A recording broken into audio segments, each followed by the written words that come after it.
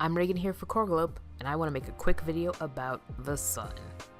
When I ship a fursuit to a customer or one of my friends gets a new fursuit, I always tell them to store their suit head in a cool, dry, dark place. And it's always a really hard sell. When you get a fursuit, you want to show it off. It makes sense. It's your character, you spent a lot of money on it, so you won't be able to see it. But the sun is not your fursuit's friend. To show you why, I'm going to take this polyfoam, cut it in half, and store half in a dark area and the other half in direct sunlight. You can already see a little bit of yellowing on the bottom of this foam. Polyfoam is just a type of upholstery foam, the foam used in most fursuit heads.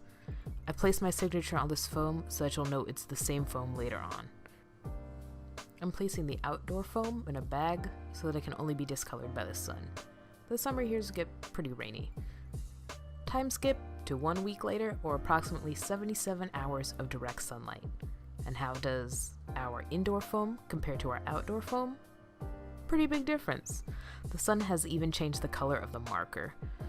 After cutting the foam in half though, you can see the discoloration is only surface deep. So what do? If you see yellow on your foam, should you cut it off or throw away the whole chunk? No. While the sun is damaging, it's not so devastating that yellowed foam is unusable.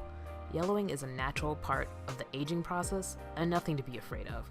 It will happen to your foam and your fursuit head, no matter how you store it. I didn't make this video to scare you or shame you out of actually using off-white foam. Just be cognizant of how you store your supplies and finished fursuits. Bring them out for show, put them up on the mantle, go fursuiting on bright sunny days. But when you can, store them where the light can't find them.